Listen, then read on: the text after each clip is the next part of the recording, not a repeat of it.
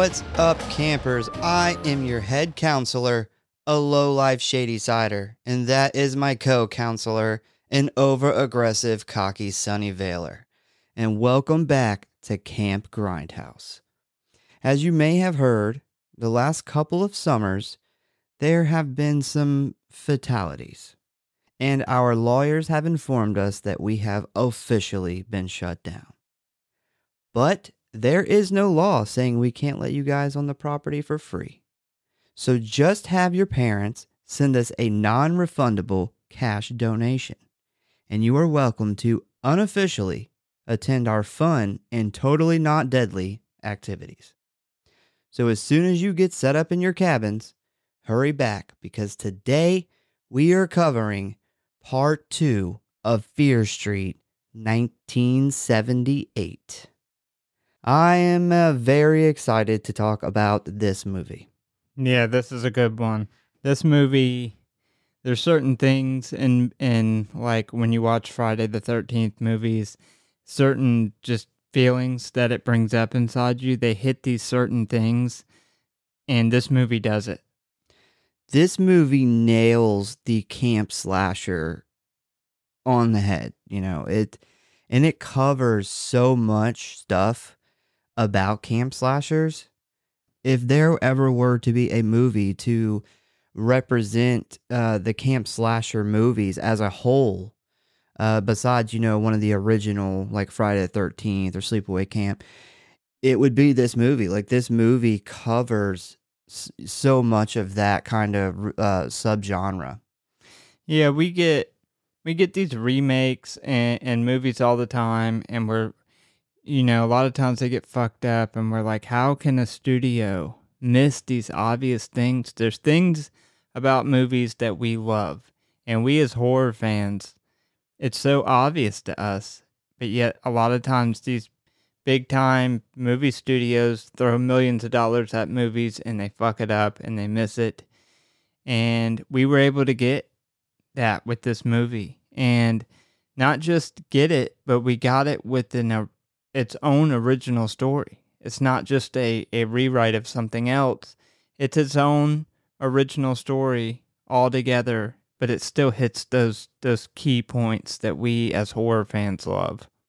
Yeah, we talked about it the last episode where it was really interesting to see how they took basically a movie like Scream or, Urban Legend, those 90s slasher movies, and they were able to replicate what was cool about those movies, but then they were able to sprinkle like the witchcraft stuff in there and it not be weird. And this movie was able to do the same thing with a camp slasher. And because, a good example is, Friday the 13th, Part 7, where he battles the girl with the psychic abilities. And that's a lot of people's big complaint is, Jason's awesome, the kills are awesome, but the psychic thing is a little weird. Like, that's what makes that movie just a little weird, is it's kind of out of place. And this movie is able to pull off adding something that should be weird in there, and it's not weird at all. I think they do that, like I said, because it's its own original story. It doesn't have like a genre that we follow in our head, because the director, it was a masterclass in doing this, and it's so rare that you get a series that all are completely different, but they're all within the same story. And because she did that, she's able to pull something like this off. You're able to get witchcraft in a 80s slasher camp movie, and it's not out of place because it's a main component of the story. Yeah, we've I don't know if we talked about it a ton on the show, but we've talked about it a lot. And when it comes to the Friday the 13th, and it's like, quit trying to reinvent the wheel. Like, just go back to what made a lot of the original versions of that movie was cool, was going back to the camp. There was always a group of people trying to reopen the fucking camp, and Jason comes out and murders all the counselors, and they've gotten away from that. And it's like we talk about them making a new one, and it's like just go back to what made those movies great. And it's like no one ever thinks to do that. And this movie did that. It went back to what made those original movies great, and it replicated it perfectly. Yeah. Yeah. They, like I said, it hits those, it brings up those feelings that you get watching those movies. But it's able to do it and it be its own story. It's really interesting. I really hope that we get more of this. I know it's been a few years now, but they have announced, they are going to do another movie. I hope that they're able to stick with the replicating these, like basically paying homage to these subgenres or even just other movies specifically. I really hope that they can stick with that. I'm not going to hold my breath. I don't want to be negative about it. I am excited for it. I think it's going to all come down to the director. I know the director for these ones, she is a huge horror movie fan. So it's a lot of times it's easy for us who absolutely love horror to know what's obvious in a movie, like to not mess something like that up, to know what a movie needs. And she had that. And I don't know who they're going to get to do these new ones, but I hope that they are hardcore horror fans as well. Yeah, they haven't really said if Lee Janiak is going to do the new movie or not. We haven't heard any information on that, but hopefully she is. But first, if you want to stay up to date on what is going on with us or the show, talk about or submit your movie request, or just say hey, you can always find us at one of our social media accounts or our official website at Grindhouse.Horror.Pod.com.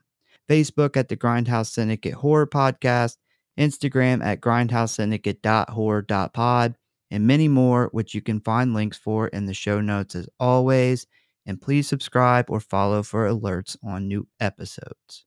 And if you really love us and don't want Camp Grindhouse to get shut down because campers keep turning up dead, please have your parents send us a non-traceable cash donation and a very generous 5-star review. So, because all three of these movies were shot back to back, basically by the same people, pretty much all the production info is the same as the last episode, but I will go over a brief overview in case you missed part 1. So, A Fear Street Part 2, 1978 is a 2021 American supernatural slasher film directed by Lee Janiak. It is based on the Fear Street book series by R.L. Stine and is the second installment of the Fear Street Trilogy. It stars Sadie Sink, Emily Rudd, Ryan Simpkins, Ted Sutherland, Gillian Jacobs, Kiana Madeira, Benjamin Flores Jr., and Olivia Scott Welsh.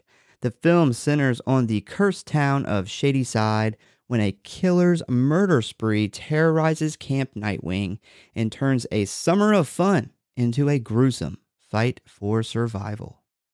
Filming for the trilogy took place back-to-back from March to September 2019 in Georgia. It premiered at the Los Angeles State Historic Park on July 8, 2021, and was released by Netflix on July 9, 2021. The film received generally positive reviews from critics who praised the screenplay, direction, and performances of Sink, Rudd, and Simpkins. The final installment in the trilogy, Part 3, 1666, was released on July 16th. After writing the script, writers Kyle Killian and Silka Luza was assigned to Part 1 and Part 3 originally. In July of 2017, Lee Janiak was hired to lead the project, directing and rewriting the films. Janiak oversaw a writer's room with her writing partner Phil Grazzadelli, and in January 2019, Alex Ross Perry was slated to direct Part 2, 1978. But by March of that year, Perry stepped down and Janiak was confirmed as directing all three films. In April 2019, Gillian Jacobs, Sadie Sink, and Emily Rudd joined the cast. In March of 2019, filming had begun on the first film in Atlanta and East Point, Georgia. Production also took place at Hard Labor Creek State Park in Rutledge in August of 2019, and despite being the second film of the trilogy, 1978 was the last of the 3 films to be shot. Filming wrapped in September of 2019. Man, these poor actors, well, I don't say poor actors, but unfortunate actors and movie making people, they had to shoot in Georgia in August. And us here in South Carolina know the misery of an August in the South. Yeah, that is the worst fucking time to be here. Yes, that's 110 heat index days, 90% humidity. Oh, I'm not looking forward to it. You know, they did a really good job though, because I couldn't tell that they were sweating to death. Yeah, I couldn't either. That's what made me think about that. Yeah, if they were filming me and I was there, I would be fucking drenched nonstop. Like, I don't know what they would do to keep me from just looking like a glazed donut. You know how many towels they probably went through making this? All of them. Trying to wipe off in between scenes. All of them in Georgia. How many in total between the whole cast and crew, how many mosquito bites do you think took place? All of them. All of them. So the ratings for this movie, I got the ratings for this one and 1994, so we can kind of compare them a little bit. So the Rotten Tomatoes for this movie, 87%. IMDb was a 6.7, Letterboxd is a 3.4, and the average audience rating is a 4.5. So pretty much everywhere, this movie did slightly better than 1994. I'm surprised by the IMDb. What would you say that was, a 6 point something? Yeah, so this one got a 6.7. 1994 got a 6.2. Yeah, that's low. So Rotten Tomatoes was 84 and 87. Letterboxd 3 and 3.4. And the average audience rating 4.2 and a 4.5. So this movie all across the board just barely a little bit better of a rating. It's always does that average audience rating. It seems way more on par than all the other ones. Yeah, funny. I tend to agree with that one, with the average audience rating. It's funny how that works. As if us people who watch the movie know how good a movie is only as good as people enjoy it. You would think the critics who judge the movies would think a little bit more like the people who actually matter that watch the movie. No, they know better. They know better than you. If you would like to watch this movie, you can currently find it streaming on Netflix. All right, you ready to jump into the plot? I am. This amazingly written Somewhere plot. there's a critic right now with a wine glass smelling his fart, getting ready to judge this movie for the first time. All right, so we start off on a previously on Fear Street. And this has got to be the first time we have ever had a previously on this show. We have never had an episode that carried on into another episode. Yeah, that's weird. That doesn't happen very often in movies. Yeah. So anyway, so previously on, we get a rundown of what happened in the last movie. And basically, a girl named Sam got blood on the bones of a dead witch, Sarah Fear. A bunch of former Shadyside murderers came back from the dead and tried to kill Sam and her group of friends. This group of friends discovers that there was a survivor from when this happened before in 1978 named C. Berman. A bunch of people died, and Sam ends up possessed by the witch, so her girlfriend Dina takes the now possessed Sam to C. Berman's house for help. And that's pretty much where we're at. That is a quick rundown of part 1. That was the whole last episode. Yep. We stretched it out in like an hour and 50 minutes, but yeah, that was pretty much what happened. So we jump right into the story at C. Berman's house. She is watching the news story about what happened at the grocery store and the hospital from the last movie. And we see that she lives alone, and she definitely has some kind of like OCD because she has a ton of locks, a ton of clocks. She's definitely dealing with some kind of like trauma response thing going on here. Yeah, this reminds you that we're in 1994 because one cell phone would replace all of those alarm clocks. Well, I guess it's like, yeah, I mean, I guess you could use a cell phone for that. But yeah, I read a tiny bit about it. I didn't get too crazy into it, but I guess it's kind of an OCD thing to have all these different clocks to keeping track of everything at the exact time and doing everything at the exact time every single day is like an OCD thing. You could do that on your phone. Somewhere out there, somebody with OCD probably does that Yeah, with their yeah, phone. could. But back then, you couldn't set 30 alarms on one alarm clock. Yeah, she had a lot of clocks. I mean, the clocks are all over the place. It's like a clock store in there. So Dina and Josh show up at her house. Of course, Dina breaks in because it's Dina. If you, Dina sucks. If you Yeah. didn't catch the first one, Dina is awful. yeah, if you listen to part 1, you'll know our feelings towards Dina, one of the main characters, not so great.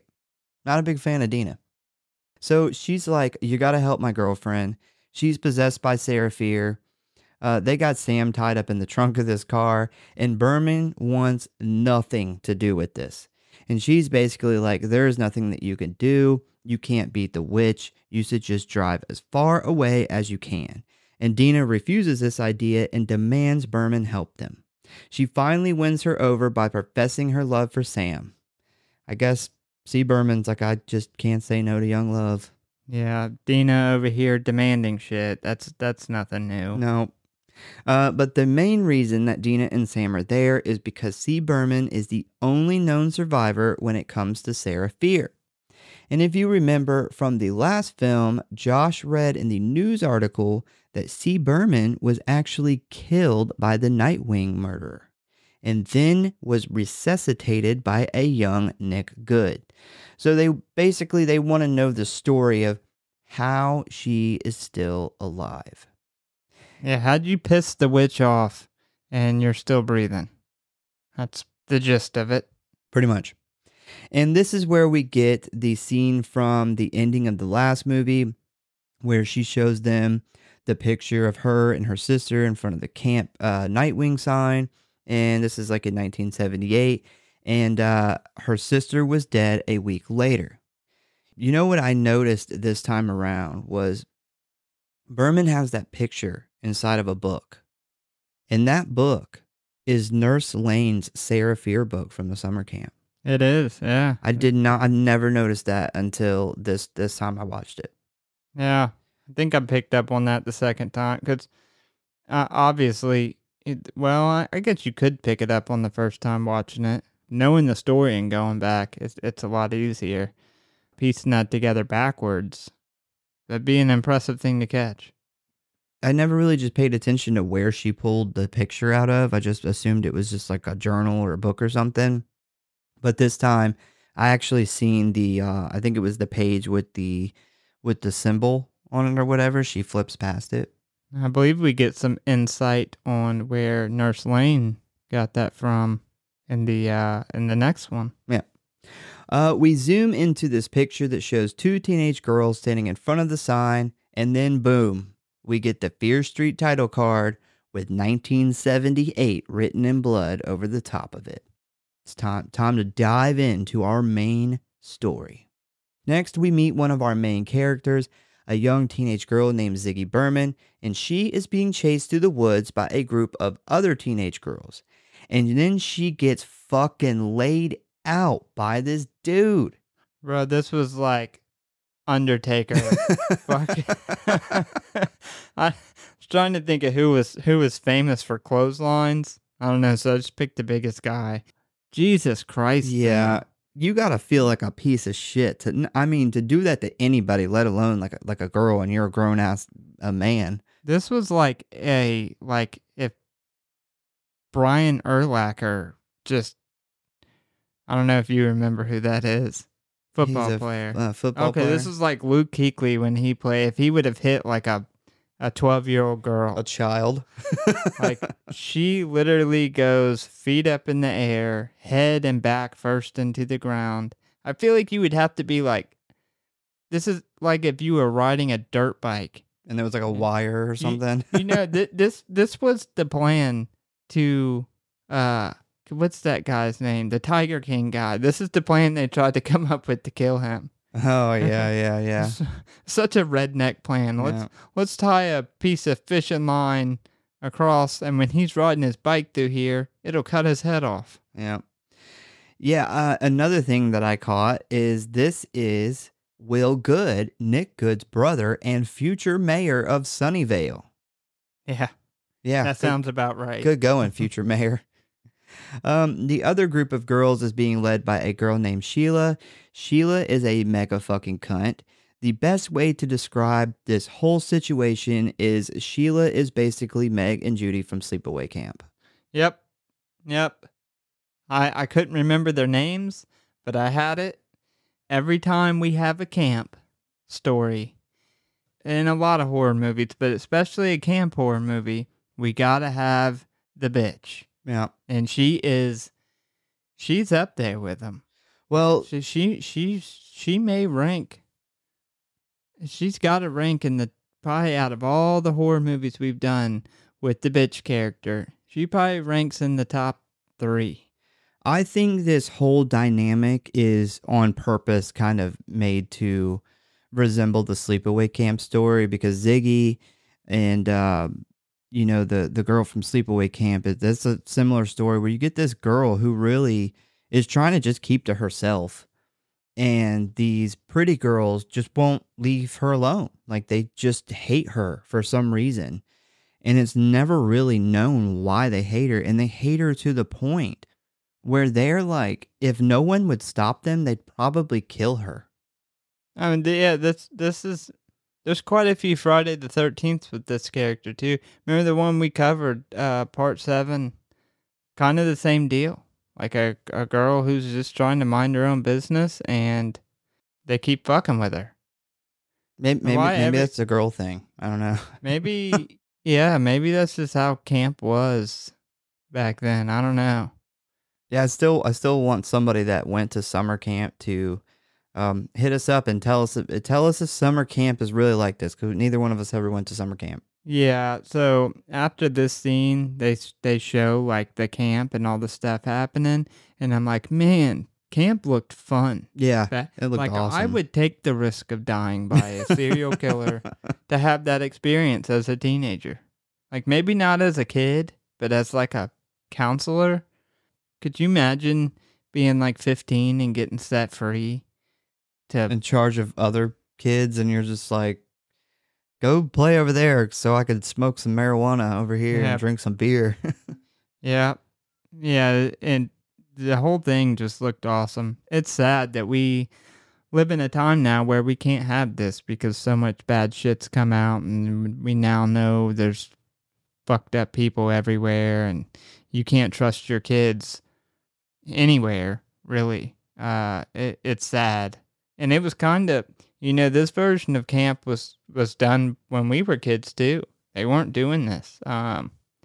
They had summer camps, but they were a lot more very strict in adult supervision.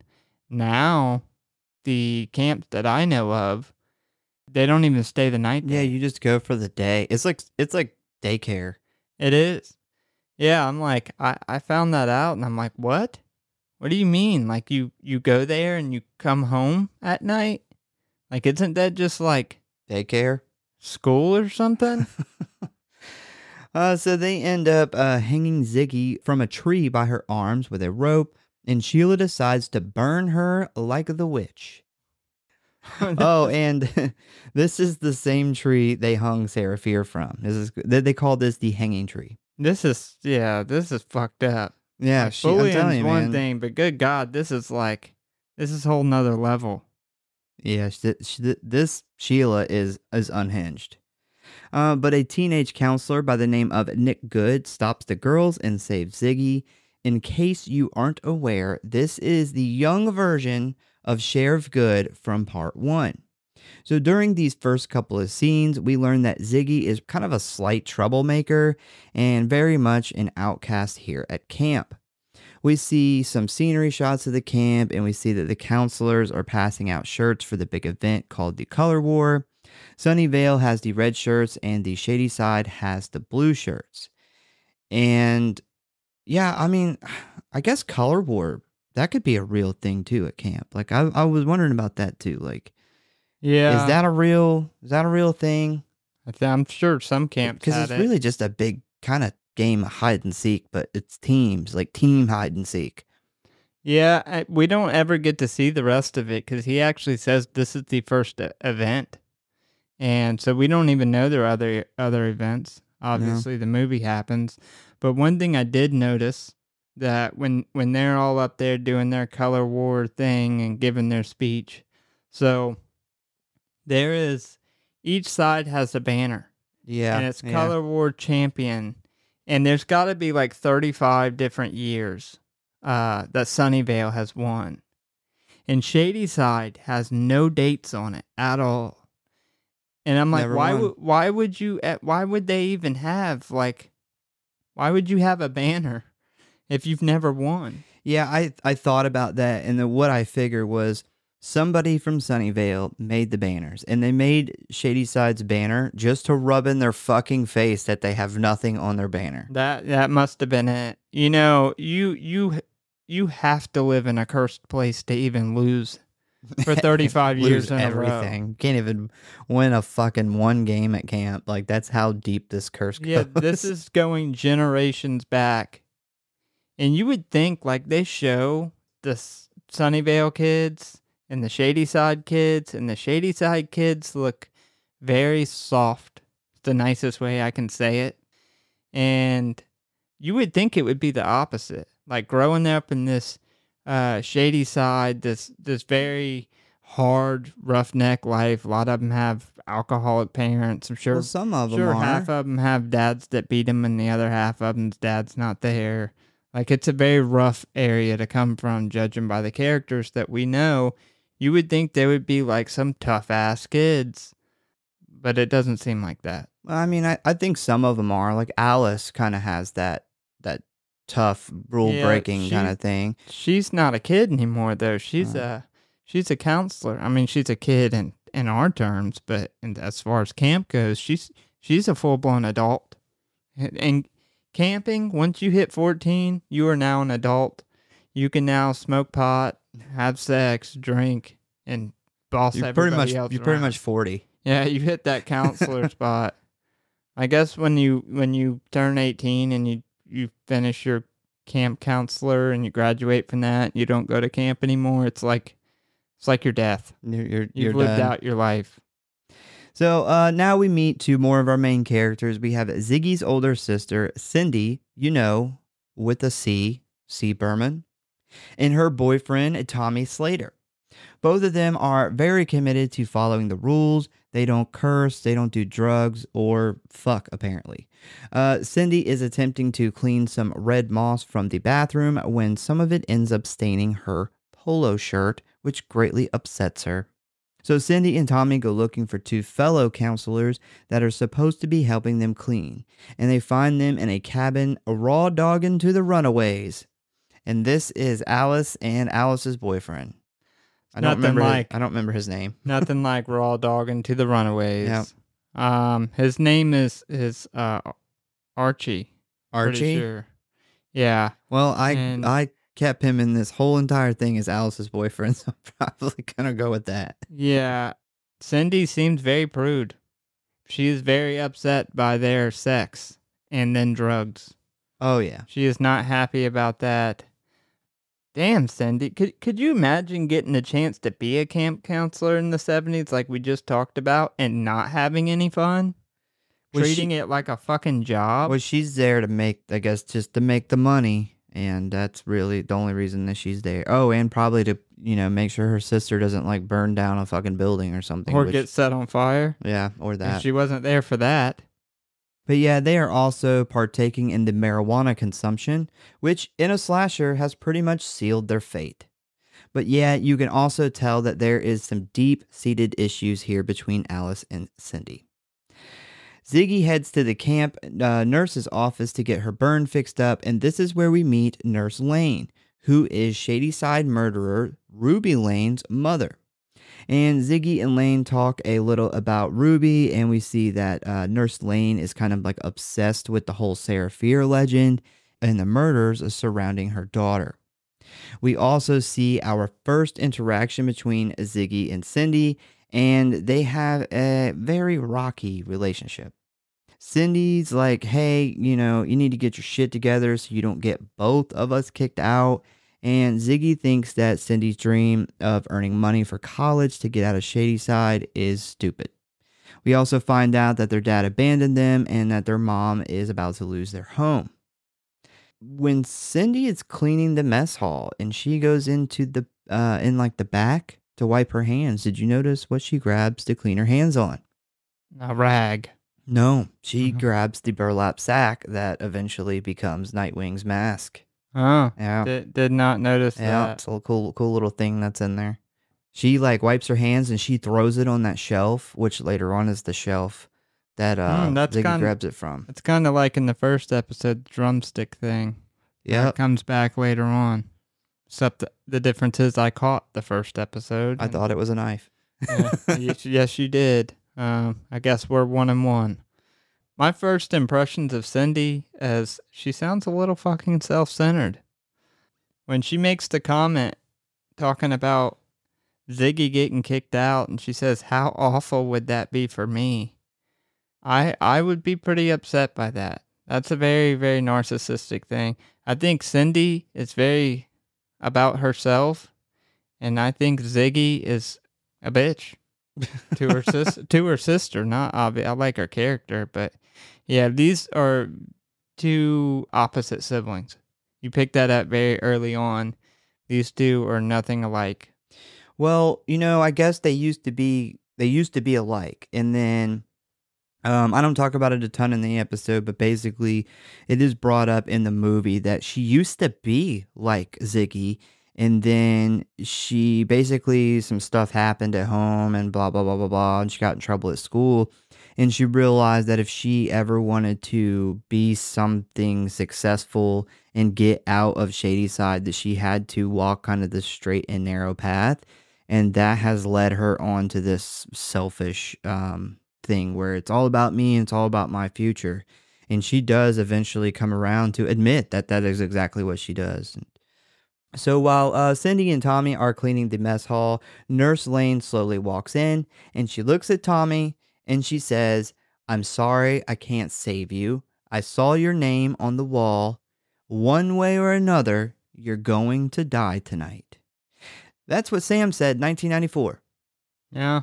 And she said, one way or another, I'm going to die tonight. So one thing I picked up, and I don't know if it was done this way on purpose, but we do hear. So before this, in the scene with Nurse Lane and Ziggy, we learn a little bit more about Ruby Lane, and we learn that she was really smart. She was this aspiring singer, and she had like a ton of hopes to go somewhere in life. And then we also find out that Cindy, we obviously know she's like going to college. She's planning on going to college. Like she's doing everything she can to get out of this shitty place, which Ruby Lane was also. Yeah. Going to do that. So I'm wondering now, I'm starting to realize like the people from Shadyside that do have inspirations and have a really good hope of getting out of Shadyside, the ones that are headstrong on getting out, end up dying somehow. Well, another thing too is like they obviously get, maybe not all of them, but some of them must get picked, because we find out that these murderers they're picked. They're not just random. They're actually picked because Tommy, the reason that she's dating Tommy is because he's the same way. Like, he was a virgin, he was like really nice, he was trying to get out of Shady Side too, and he gets, picked on purpose to be this killer. So it seems like whoever's picking them is targeting these people. Yeah. Yeah, and I tried to relate that to 94, and it didn't seem like the guy who becomes Skullface Killer had his shit together very well. We don't know a whole lot about him, but it does seem that, because they talk about, once you grow up in Shady Side, you're trapped there. You can't get out. It seems like the ones that are really headstrong and that are going to get out are either picked or end up dying by one of the killers. One thing we do know about Ryan Torres was he had just recently graduated from Shady Side High School. Yeah. So we don't really know. Maybe he's not like a dropout, or he didn't do drugs or anything. Like, he graduated high school and had a job. So we don't know. He may have had, aspirations to get out of there. We know he was working at the mall, but he may have been saving up to go to college or something. So he may have been. We don't know enough about him, but it does seem, and this is something that I didn't realize in watching these movies before, is it seems like those who are going to get out of Shady Side are stopped by the witch. Whether they're picked or whether they're killed by a pick. It always seems to be the ones who are going somewhere in life. Yeah, so she suddenly leaps towards Tommy and tries to stab him with a butcher knife in the neck. Tommy knocks the knife out of her hand, and they both hit the floor hard. Tommy then slams Nurse Lane's head against a bench, knocking her out, and then he realizes that he is bleeding from the back of his head from the fall. Next, we see an unconscious Nurse Lane being carted out by EMS, and the police talking to Tommy and Cindy. Okay, so this is another sleepaway camp vibe right here. Do you remember in Sleepaway Camp where the camp cook tries to like rape her or whatever? Yes. And he gets burned and the EMS come and they're out there talking to her cousin and her like about what happened. And they're like hauling him away. Like he doesn't die. And they're like pushing him. The EMS is pushing him in the fucking, what is that? Like a gurney or whatever. Yeah. It's the same. This is the same thing. This is literally the same, like, older person that works at the camp attacks somebody at the camp. The fucking police show up, the paramedics show up, they're pushing them out while the cops are talking to him. It's like the same scene. Yeah. A little bit different situation, but the same scene. Yeah, much different situation. The fucking cook, out of all the people who die in Sleepaway Camp, the fact that he doesn't die, or that we know of, is absolute. It's the worst part of that movie, that guy doesn't die. Yeah, I just love how these little things are just snuck into this movie. Like, you have to be a fan of camp slashers to watch this, and you'll pick up so much cool shit. We then see a young officer, Kapansky, and if you don't know, he is the fat cop from part 1, the one Dina stole his gun. But he is talking to Nick Good, and we find out that Nick's father was the sheriff, and he recently died. And for some reason, this cop is totally expecting Nick to grow up and one day be his boss. That's weird. That's just weird to me. Yeah. Like, he doesn't have much aspirations. Yeah, I'm sitting here talking to like this 17-year-old kid. I'm like 26, 27. And I'm like, this guy's definitely going to be my boss. I'd be like, fuck no, man. I'm fucking worked here before him. Like, I'm going to try everything I can to be like, the fucking sheriff or whatever. Well, as we know from the story, the Good family has always been in charge of the city. They are like the fucking Murdochs of before all that shit happened. Like, we know all the way back to the 1600s that the Goods have been a huge part of running the city and making shit go on. And he's probably thinking, I'm going to work with him. He's probably going to be the police chief or the sheriff at some point. I'm going to go ahead and get in good with this guy. So then we get the slasher classic tune, Don't Fear the Reaper. And in a movie like this, you got to get it in there. You have to have this movie has to be, or this song has to be in this movie. Yeah. Yeah, I mean, We have talked about this song quite a few times on the podcast. I never realized how many horror movies this was in. I've mentioned in the past that every time I hear this, I think of the scene of a young Michael Myers killing his sister and Rob Zombie's remake, which we've covered on this show.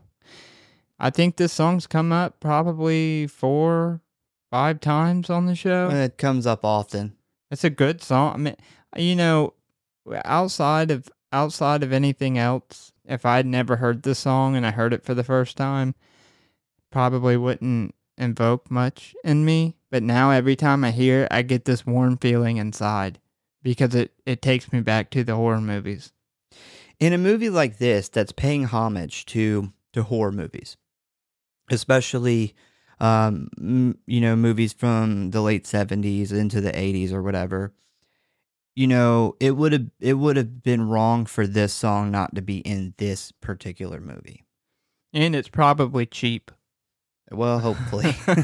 I would imagine for the amount of songs, because we looked it up one time, and some songs are really expensive. Yeah, AC/DC like is super I think, expensive. Yeah, I think they were the most expensive, and wasn't it like $500,000 to have Something it in the like movie?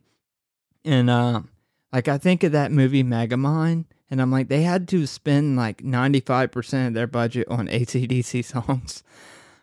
Yeah, and anyway, yeah, some songs can get really expensive. So I would imagine this one probably isn't too expensive. We might be able to get it on the podcast. Maybe. We then get a speech from the head counselor, Kurt, about how the color war starts tonight. Sunnyvale has never, ever lost the shady side, and they plan on murdering those shady side witches. What is the deal with the Sunnyvale people obsessed with like murdering and killing people from shady side? Like they talk about it constantly. This is like steroids and cocaine. It's like they put something in their water. They do. They put steroids and cocaine. They're all very aggressive. Like, I mean, even the shady side or even the Sunnyvale girls are like, shut the fuck up. Like, like I'll beat your ass or something. It's like they're just so fucking aggressive. They are very much like those kids who come from money that get their way on everything, and they have that attitude. I feel like they're all doing steroids. All like that. It's funny. They're always talking about killing. Like they do it in the first one at the rally after the first murders. Then they do it in this one. But it's never the Sunnyvale people who are actually doing any killing. No. So Shady Side gets a speech from the stoner hot girl, Joan, and it is nowhere as near as inspiring. She just says, let's go out there and do our best, because no matter what, we're still winners in our hearts. And we also see during this time that Tommy is not feeling too well after the attack by Nurse Lane. And even though he isn't feeling too well, he does agree to help Cindy break into Nurse Lane's office and look for any drugs that she might have been on. And we get this awesome Friday the 13th tune. Yep.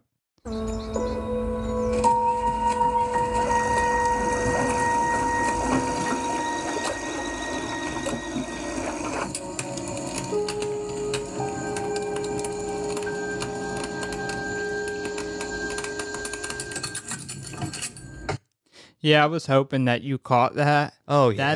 That it wasn't like done like it. It was the exact audio. And if it wasn't, they changed like one tiny timing or something. It was not, but I will talk about it at the end of this episode. Yeah, they replicated it really fucking good. If anybody out there has the Camp Crystal Lake Memories, I think that's what it's called. Yeah. Which is fantastic. Anybody who's a Friday the 13th fan, I would absolutely recommend going and checking this out. It's literally like an hour on each episode or on each movie. It's like a fucking 10-hour documentary. It is phenomenal. And it goes through everything. But the menu plays that exact original Friday the 13th background score. And as soon as I heard it, it was immediate. I remember I heard it and I was like, oh, I just got like warm inside. And I like rewound it and I was like, oh my God, like that is, and it goes back to what I said in the beginning of, if you were going to make a Friday the 13th movie tomorrow, just do this. Just do this. That's all you had to do. Yeah. Take the Nightwing guy out. Obviously you can probably take the witchcraft stuff out. Put Jason in there. And you have a fucking golden Friday the 13th. Like, it would be back on top. This would be it. And that's what I was talking about earlier is, that's why it's so important that somebody who actually loves horror, that is an actual fan of horror, to do something like this. Because we have these major studios that throw hundreds of millions of dollars at these remakes and trying to recapture this magic, and they all fucking miss. And it's so simple to somebody who loves horror. Like, we can see it and we're like, why wasn't this in it? Why wasn't that in it? Yes, sometimes I feel like, am I fucking blind and deaf? Like, am I just not getting it? Is there something that they're seeing that I'm not? Yeah, I agree. I feel that way. And it takes having a conversation. And luckily, we both have a brother who's super into horror movies, so we don't feel as crazy. But for people out there who don't, or don't have any close people who really like horror, you got to feel like you're fucking losing your mind. Like, you watch these remakes and you're like, how was that missed? Yeah, that's one thing. It's another thing I like about this movie is I watch this movie and I say, okay, it's not just us. Like, it's not just us that sees how simple this could be. And you notice, out of all the movies we've covered on this show, some of the best movies that we've covered were made by really dedicated actual horror movie fans. Yeah. People who grew up loving horror. And that's not a coincidence. And a lot of times those people really stuck to their guns and were like, I'm going to do it this way. And sometimes, I'd imagine, depending on your situation, you got to fight the studio.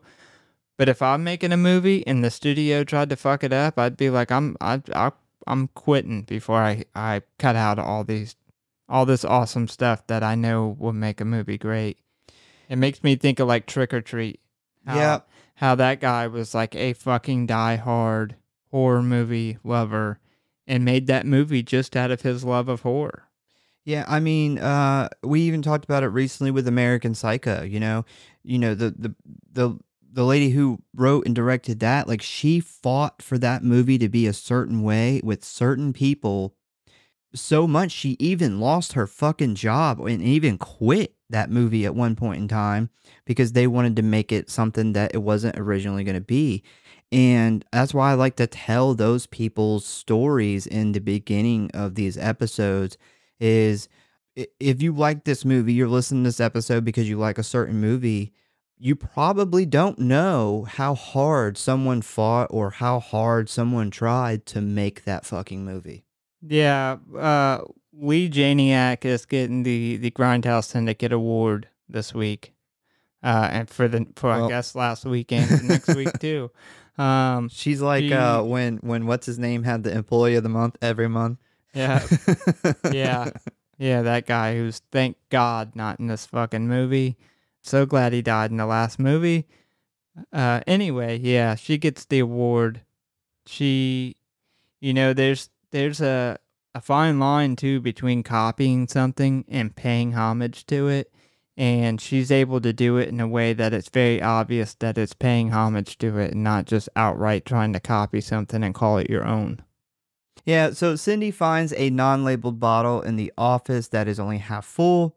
She also finds a book laying open on the desk with a symbol drawn on it and the words, "A deal was made with the devil." And this book is pretty much like the story of Sarah Fear.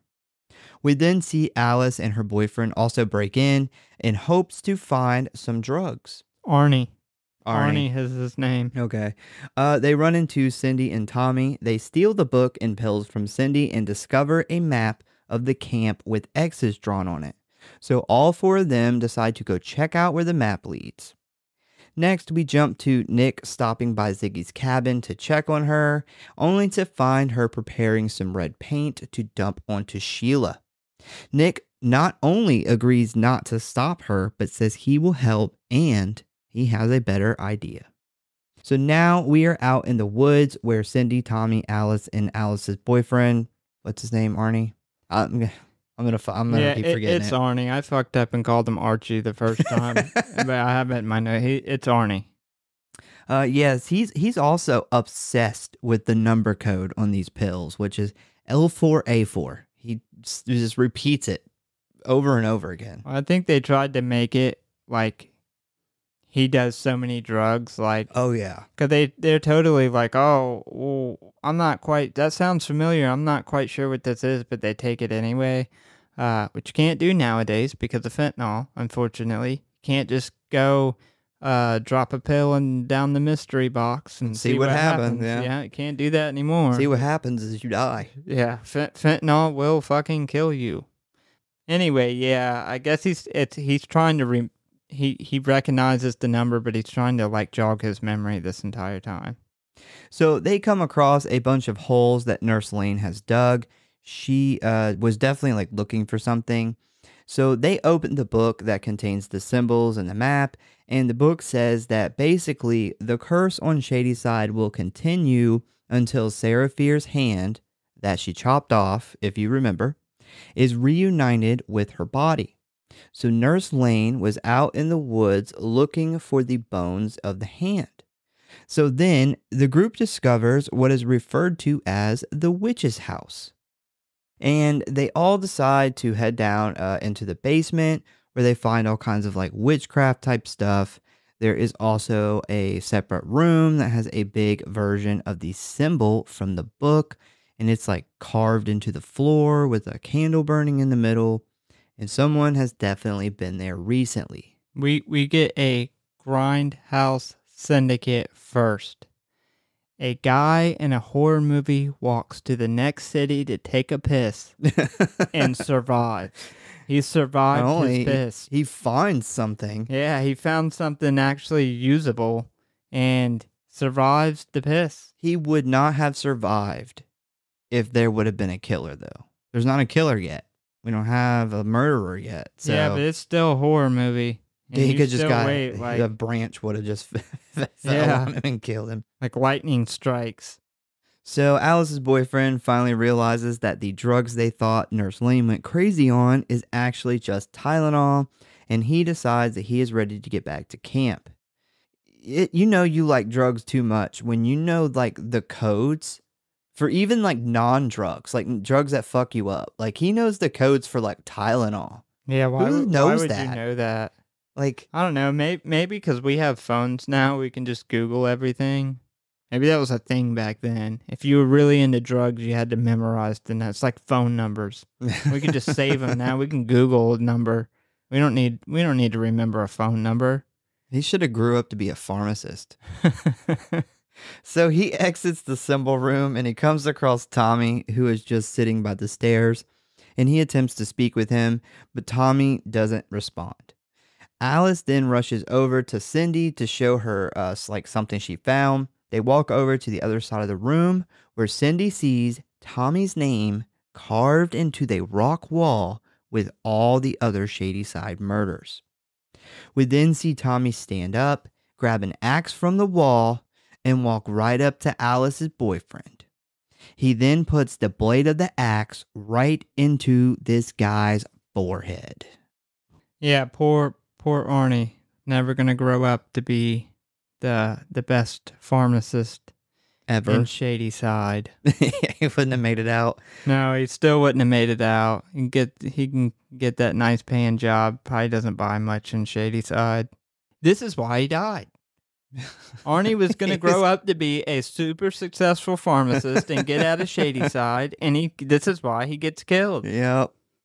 Damn. Yeah, Poor Arnie. he pulls the blade out. We see the body fall, and Tommy quickly strikes again, landing right across his face, and it's awesome. It does look awesome, and the fucking far away shot after the 3 hits of the body laying there it's great. Oh, so, dude, huge shout out to the special effects. His head is completely split into, like, there's no face left or anything. It's just like a V. Yeah, it's like if you went to like the middle of your head and just like 3 inches behind your face and just removed all of that, and then the rest you split open. It looks very, very much what you would think somebody who got a very heavy axe to the face over and over again would look like. Not much left, but some awesome, awesome practical effects. Yeah, this is our first kill of the movie, so we are finally here. We are finally up and running. It's brutal too. And that's one thing that is a common theme in this movie that I absolutely love is the fucking brutality. It's something that 80s camp slashers need to have. It's one thing I thought Sleepaway Camp was missing. Yeah. This is a super important part for me. Yeah, it's a brutal kill. This is one of my favorite kills of the movie. This was one that I was like trying to decide my favorite kill, and this was in the running. Man, I'm going to be honest, and this is why I make the comment, like, this is a running theme in this movie. Almost every one of the kills went through my head as a favorite. Oh, wow. Almost every one. They're all good. They're all good. They're all good. They are. So Alice and Cindy run back into the symbol room and crawl through like a small exit leading into a tunnel when suddenly that part of the cave collapses, pretty much making it impossible for Tommy to get to them. We then see a very possessed Tommy Slater exit the basement and head into Camp Nightwing. Nick and Ziggy send Sheila like a fake note from a boy telling her to meet in the bathroom. She heads in there. They try to like make it look all romantic and shit. And she opens the stall and a large bucket of bugs, like big ass bugs and spiders and all that, fall all over her. Nick and Ziggy quickly lock the door from the outside, and Sheila is now trapped in the bathroom, screaming. Man, I'm going to be honest. I thought the paint was better. I do too. I think the paint would have been so much worse. So, another thing I want to point out. So, Sheila, the way she is dressed here is the exact way. Where the fuck did I say her name was? Oh, Judy. Judy, she's dressed like in the exact outfit that Judy wears in Sleepaway Camp. Huh. Yep, just want to point that out there. Shorts, red shirt. Yep, same outfit. Done on purpose. Yep. So then we jump back to Cindy and Alice, who are stuck in the cave. And after arguing and trying to split up, they discover that the cave tunnel is actually in the shape of the witch's symbol, which is in the book. I don't know how the fuck you would ever figure that out. No, they actually fucked this up. So I thought about this probably way harder than I should. She figures this out by they're at a point in the cave and she sees 4 entrances to where they're at and then looks at this map and says, oh, well, we must be in this. I obviously ended up back here. It must be a big circle, and this is where we are in the circle. For that to have been true, they would have had to have been at one of the connections very close to the middle or in the middle. And there's no way she walked the entire circle, the whole circumference of that cave, and ended up in the middle if they were on the edge. Yeah, okay, so even minus all that, if I'm walking in a cave, I can't see it possibly clicking in my head that, you know what? Somebody must have made a gigantic, really complex symbol that stretches like a mile. Because it covers the whole entire camp. Yeah, woods and all. The cave, the circumference of that cave would have had to have been miles and miles long for her to not realize she was walking in not a straight line. And if that's truly right, she would have passed like 30 fucking different branches within the first quarter of the cave where all the lines meet. Yeah, this is weird. I will admit it's weird. Yeah. So they kind of Maybe it's a witch's cave. It's magic. yeah, it's magic cave. So basically, using the symbol in the book, they have a map, which again, how I feel like it'd be difficult to even pinpoint exactly where you were. Yeah, because on the map, on the symbol, it's a symbol that is symmetrical. So even if you did notice, hey, we have 4 entrances and exits to this part, so we've got to be at a crossing. There's like 8 different ones for every crossing because it's on each side. Yeah. Like for if you look at that symbol, every crossing that they could possibly be at, they would never be able to pinpoint which one they were at. Yeah, so basically they start using the book and the symbol as a map to get back to camp. We then jump on over to the cabin where Shadyside is keeping their Sunnyvale Color War prisoners, and we have a very nice, polite glasses-wearing kid who is acting as the jailer. He is trying to be nice to the prisoners, but, they're Sunnyvalers, so of course they're assholes. But yeah, the Sunnyvale prisoners end up escaping, and they run off, and they leave little Glasses Boy there by himself. And as he turns around, he sees his trusted camp counselor and fellow Shadysider, Tommy Slater, standing in the doorway. We then see Tommy hack the ever-loving shit out of this child. Yeah. It's like almost sad. Like he destroys this kid. Yeah, they show the aftermath, and it's just like a pile of like brains and blood with his glasses sitting in the middle. Like it's amazing that his glasses didn't get just completely just broken to 50 different pieces, but well, somehow Tommy Pink missed this kid with an axe. Like there's like, nothing but really just blood and chunks left of this child. It's fucking I'm sure brutal. There's a rest of a body. They just don't show it. I mean, they went it there. shows him. They axed down a child, and I love it. And he's wailing on him too. I mean, he's doing full axe all the way, like over his head, all the way back down, and just repeatedly he's going to town. He's lumberjacking. He's lumberjacking. He's lumberjacking the fuck out of that kid, which is something that you don't want to hear your kid experiencing going to camp. You'll never want him to be lumberjacking. That's just not good. That's a negative. So one thing I thought at this point is, damn, why couldn't Tommy had just caught all those fucking asshole kids that just fucking walked out of there? Like, this kid's so nice, and they're complete bitches to him, and then they leave, and their Tommy is like, why didn't he kill them when they left? Yeah, that's easy answer. Yeah, and then it clicked to me that he doesn't, throughout this whole movie, doesn't go after any Sunnyvale. Yeah, I didn't notice that the first time I watched this movie. Yeah. Yeah, that's, they should have just fucking had the Sunnyvale kids do all the shit. They don't go after them, just have them do the stuff with the hand and do everything that needs to be done. But next we jump on over to the science cabin. What would this cabin be called? It's got animals and bugs and shit in it. It's the science cabin, I guess. All camps had science cabins where they did science in a cabin with animals. That's part of the zoology cabin. They kill those animals. Well, Nick and Ziggy do a bunch of flirting. They talk about each other's pasts. They admit they like each other. And even though he is a counselor and she is a camper, which is definitely not appropriate. Well, they talk about that. They're only like a year apart. Yeah, but it's just It's weird. No, It's just they're a weird. year apart. I'm not gonna say like he's a piece of shit. Like I'm not gonna go that far, but I'm gonna say, bro, you couldn't wait. Right, Like it's weird. she's like 15 and he's like 16.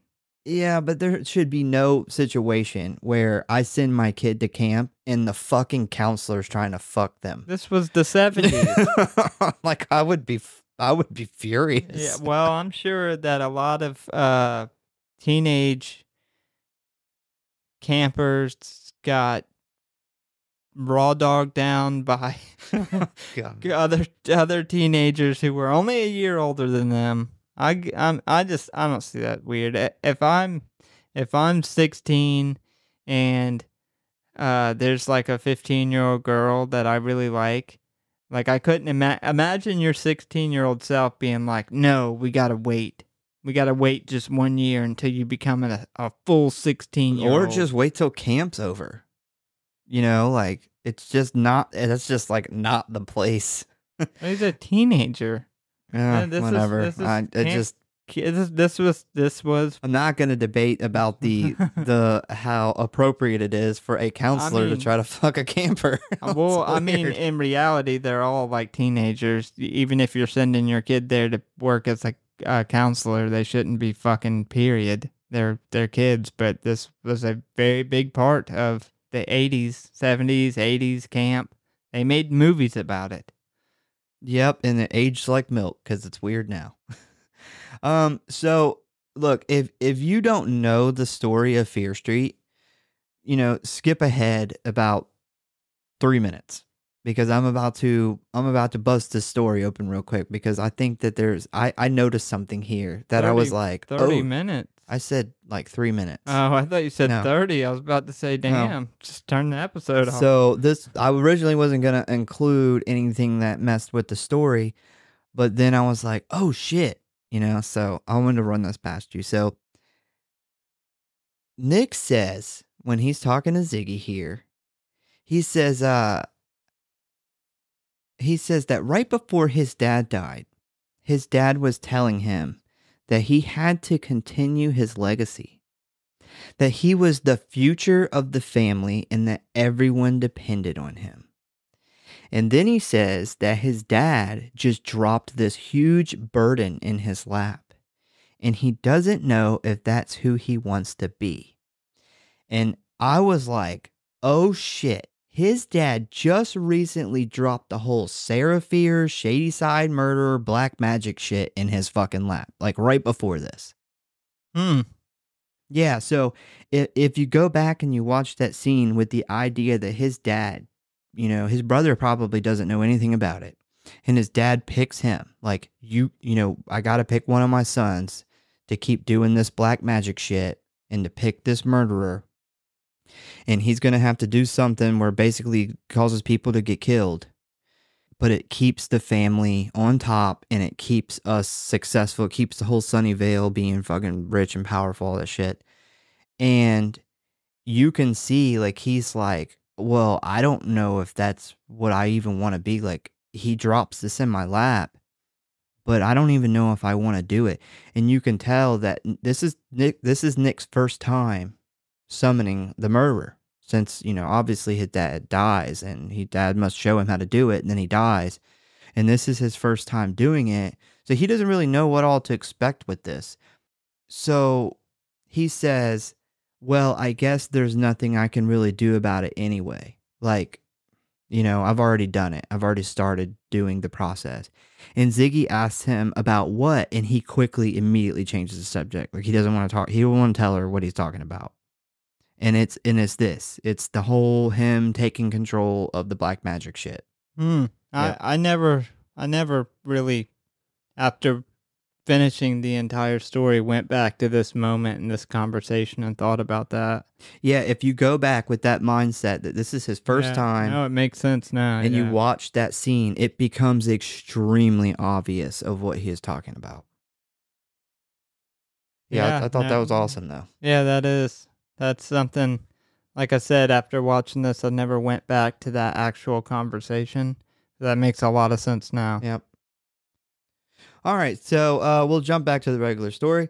Well, anyway, they finally kiss and then they get interrupted by a scream from outside. They run to the cabin where everyone is gathered around and they see what is left of Glasses Kid. So meanwhile, back in the caves, Cindy and Alice come across what looks like a giant blob or heart thing. Like it's real gross, it's bloody, it's gooey. It has like hundreds of flies on it and it's like beating like a heart and it has all of that like red moss shit growing on it.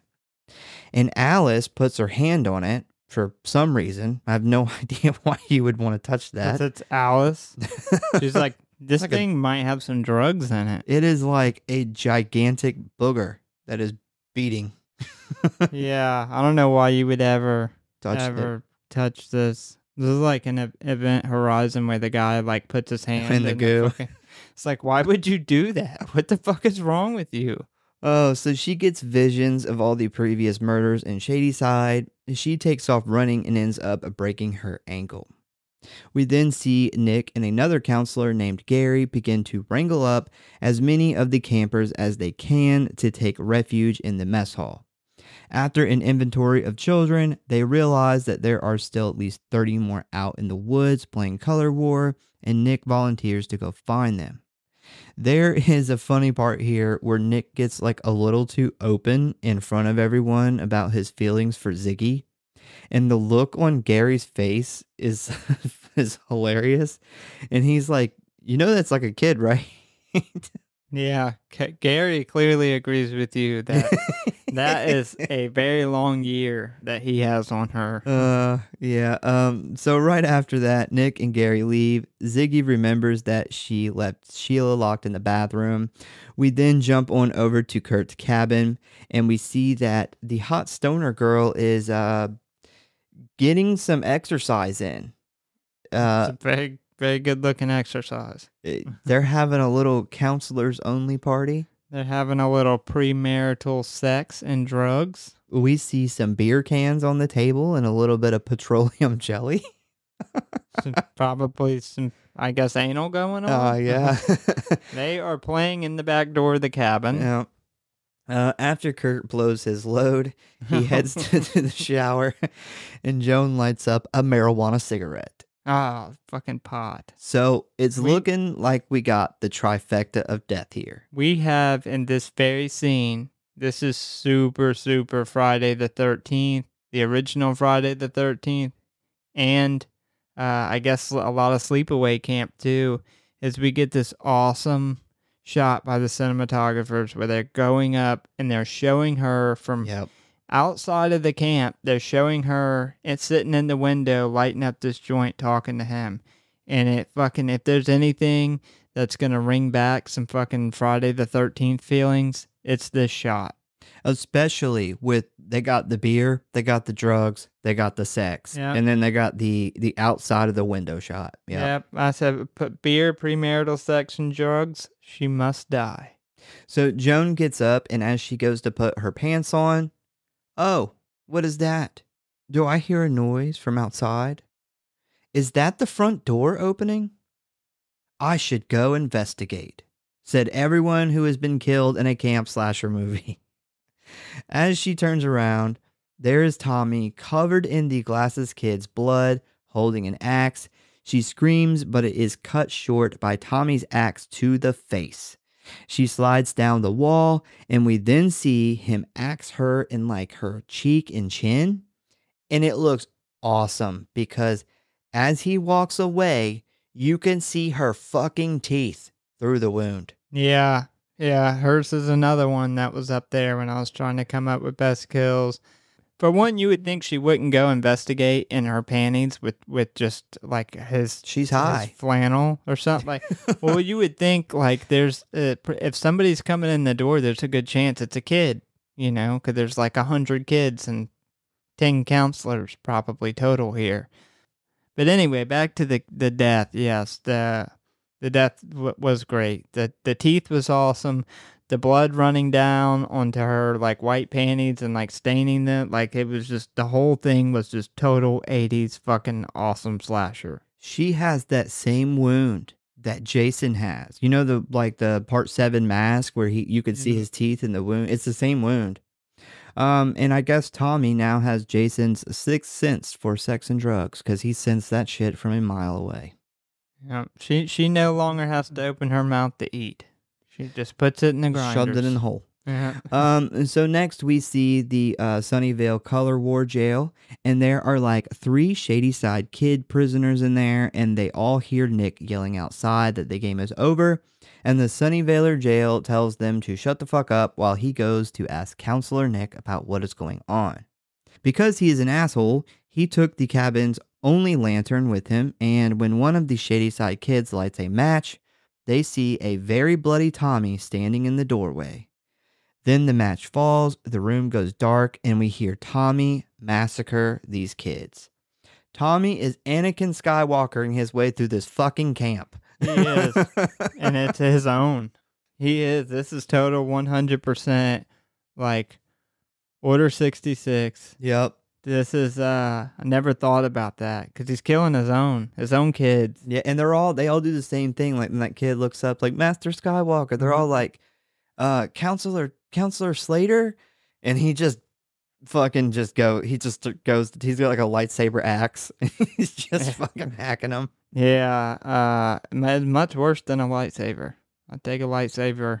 At least the lightsaber would be clean. Oh yeah. So Ziggy and Sheila are now fighting in the bathroom. Ziggy finally lays this bitch out.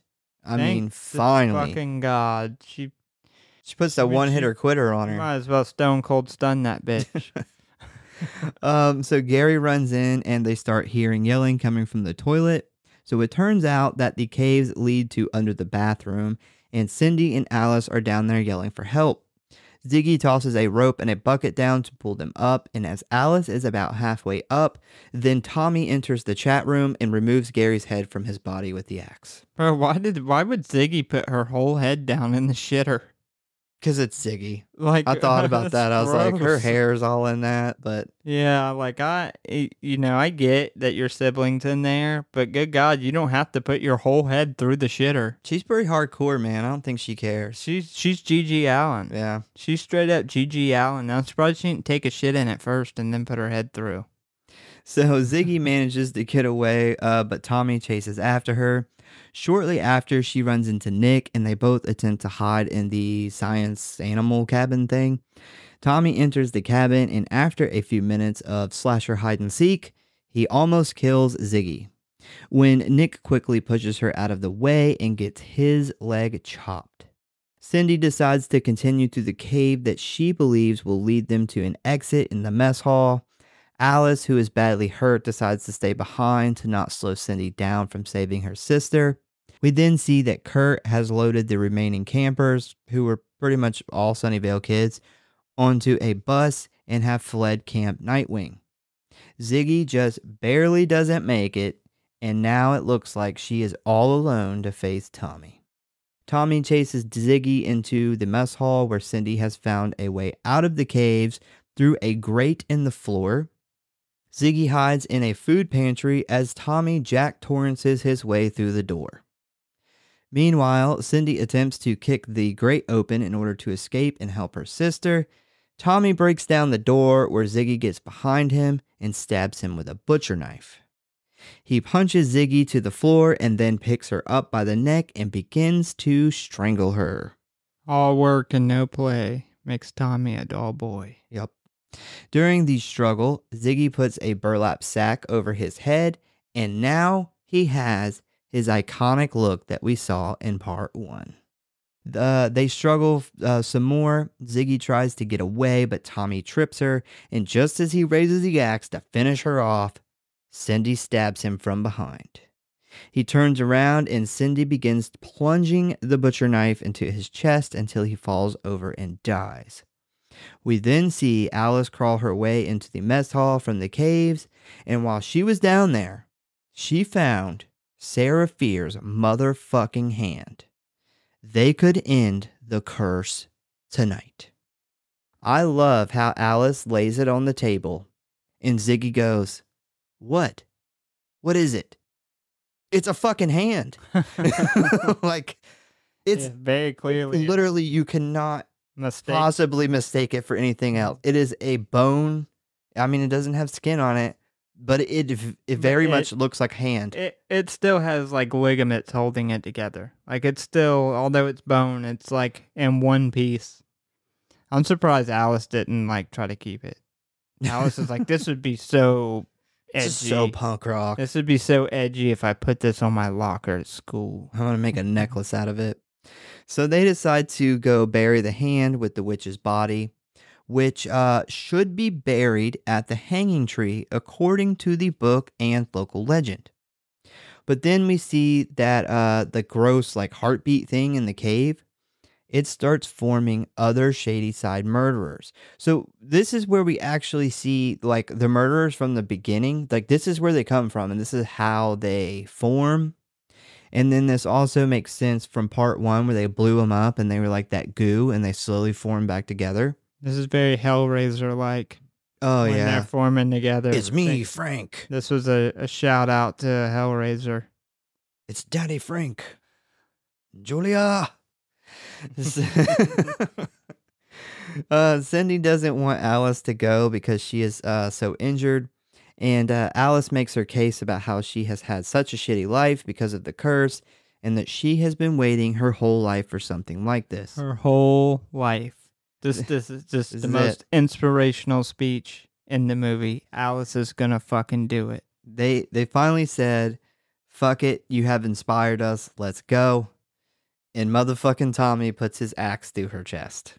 Immediately after her fucking great speech. That's why you don't make a big inspirational speech in a horror movie. keep it short and not inspirational. Just be like, damn it, I found the hand. I'm fucking going. This is like a war movie and like some general giving this like super inspirational speech and then he finishes and like it's like a sniper shot to the head immediately after. Yeah. Cindy hits him and then cuts off his head with a shovel. We then hear the sweet, sultry voice of Ruby Lane coming from the cave. Cindy, one night in Ruby's booty. Cindy and Ziggy grab the hand and the book and take off running towards the hanging tree. Once they make it, they start digging a random hole to throw the hand in, but we can see that they are surrounded by former Shady Side killers, and they're all headed right for them.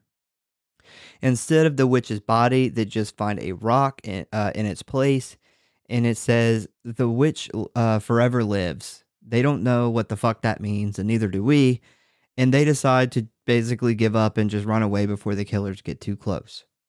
As they turn around, they see Tommy once again running straight at them. Cindy decides to face Tommy one-on-one to possibly allow Ziggy to get away. Tommy bashes her right in the face with the handle of the axe, dropping her to the ground. Ziggy sees this as she is running, and then she runs right into the knife of the milkman. Then we see Tommy just repeatedly plunging that fucking axe into Cindy's chest as Ziggy falls beside her. The milkman continues to stab Ziggy with a huge butcher knife, and Ziggy and Cindy try to talk to each other one last time as their killers mutilate their bodies. The milkman's giving off serious Michael Myers vibes here. Yeah? Be worth noting. Uh-huh. Yeah. Yeah. Definitely. I have a feeling there was some inspiration there. Maybe. Good old MM. Eminem. Yeah. This is a fucking fantastic scene. Yeah. This whole scene. The practical effects in this, and the slow motion of, and I don't even know how to do that. How are we gonna put this together? So this scene is like the most important scene in the movie, obviously. When you're watching this for the first time, and at least I know when I watched this for the first time, I was so fucking confused. Oh, wait. You about to talk about the name thing? About to talk about the name thing. We are there. Oh, yeah. Okay, I was so fucking confused. Because you're like, how is Cindy going to get brought back from this? There's no fucking way in hell that she... And then it's like every time she gets hit, you're like, oh, well, maybe. And then there's another one and another one. And it's just so brutal. And this is where the whole movie gets flipped on its head. Yeah, I love how they did this. So we see both sisters die, and it begins to rain. Then Nick runs over to Ziggy's body and performs CPR, and surprisingly, Ziggy comes back to life. We then see that it is morning and the paramedics have Ziggy on a stretcher. They ask her name, and she said it is Ziggy, but Nick says no, her real name is Christine. Christine Berman, aka C. Berman. We then jump back to 1994, where Dina and Josh are also just discovering that C. Berman is Ziggy, not the Cindy Berman that we were led to believe. I just remember that scene being, for one, awesome on its own, because the fucking kill, not just Cindy's, because Cindy's getting this fucking axe through the chest, but Ziggy is also getting absolutely stabbed the fuck up by the milkman. I mean, both of their deaths are super, super gruesome, but just the confusion and then the shock when I figured it out, like, as this was happening, I'd say probably 6 or 7 hits into it, I'm like, oh my God, Ziggy is C. Berman. Why we never know her full name? Yeah, I originally was like, I think when the first time I seen it, I was like, wait a minute, did Nick like lie and like try to give her like her sister's identity so she could, basically be like, changed her name, I think. Was she? So here's the thing. Ziggy being her nickname is because she is a humongous David Bowie fan. And we know this because they actually hint to her real identity in 1994 because her dog is named Major Tom, which is also a... yeah, there's quite a few David Bowie references. Yeah, so she's a huge David Bowie fan, and so she adopted the nickname Ziggy because everyone knows her as being this massive David Bowie fan. That is why she goes by Ziggy. And they do drop a hint that it is not Cindy Berman that's still alive, that it's actually Ziggy Berman. They drop that in the beginning of this movie, but unless you are a big fan of David Bowie, you may not pick up on that, which I did not pick up on that. And I know about, a little bit about David Bowie, but this threw me for a loop the first time I seen it. This was such a like ingenious move. What makes this so awesome is through the movie, you get Ziggy, and there's Cindy C. Berman, and so you're like, okay, she lives, so from the very beginning that Ziggy's gonna die. So you come to terms with that, very early. And your entire time watching this movie, it's in the back of your head, Ziggy's gonna die. When is she gonna die? And they build the character up and they make you like her more and more. But you don't have that like, oh God, I really hope she doesn't die, because you've already come to terms with her death. And then you find out at this scene that the entire movie is flipped upon itself. That this main character that you're following is actually the character from the first one. You have no idea. You think she's just a character that is another character's sister that ends up dying in this movie. And like I said, it just flips the entire thing on its head. And I thought it was fucking genius. Another thing they do too is they actually, so 1994 C. Berman actually has the dark red hair that Cindy Berman has, and not the bright red hair that Ziggy has. Yeah, I remember the first time watching this, that was my first indication that Ziggy was the sister who dies, because Cindy has dark hair, C. Berman has darker hair, so your brain just matches that together, and the name thing and the hair thing completely throws you for a loop. This movie is fucking fantastic as it is, but that added a whole new element, and you start thinking back on shit, and you're like, oh, that makes more sense now. So older Ziggy then says that she tried to tell everyone the story of what really happened at Camp Nightwing, but no one believed her. And we then see a young Nick Good tell the police officer that all it was that Tommy Slater went crazy and killed a bunch of people. Ziggy says that after that, she refused to see him anymore. And then it starts raining so hard that we see the skeletal hand of Sarah Fear get washed into the hole that Cindy dug under the hanging tree. Ziggy finishes her story with what she believes is the cold, hard truth that there is no way to stop the curse. Then Dina tells her that there is because they know where Sarah Fear's body is buried, and all they need is the motherfucking hand. So then Dina asks where was Camp Nightwing located and where is the hanging tree. And in case you don't already know, it's that big ass fucking tree right in the middle of the Shady Side food court that we talked about in part 1. So basically, at least two of the massacres have occurred in that same exact spot. Yeah. Didn't think about the massacre was, but yeah, the tree is obviously a huge part of this movie.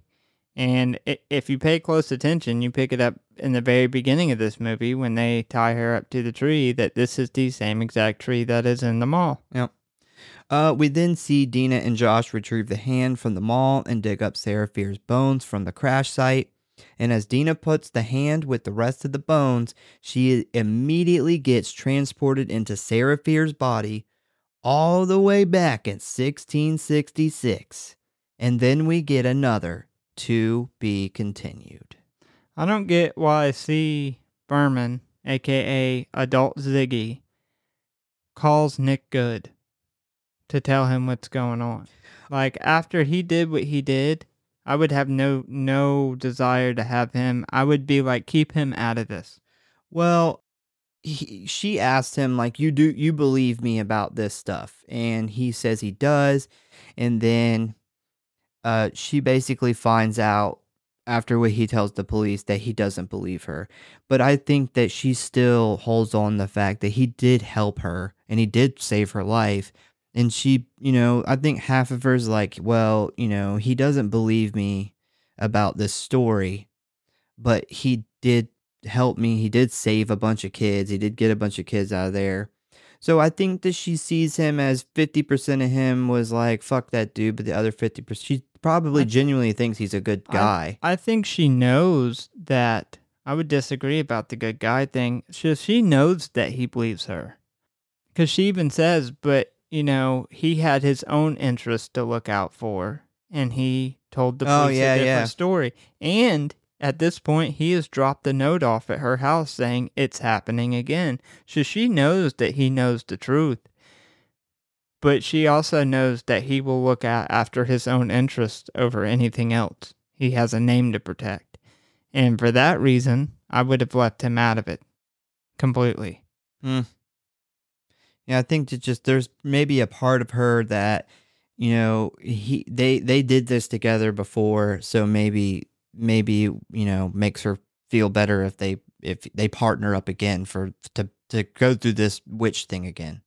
That's all I can think of. But I think it's really cool that the body that they needed in the part 2 and the hand that they needed in part 1,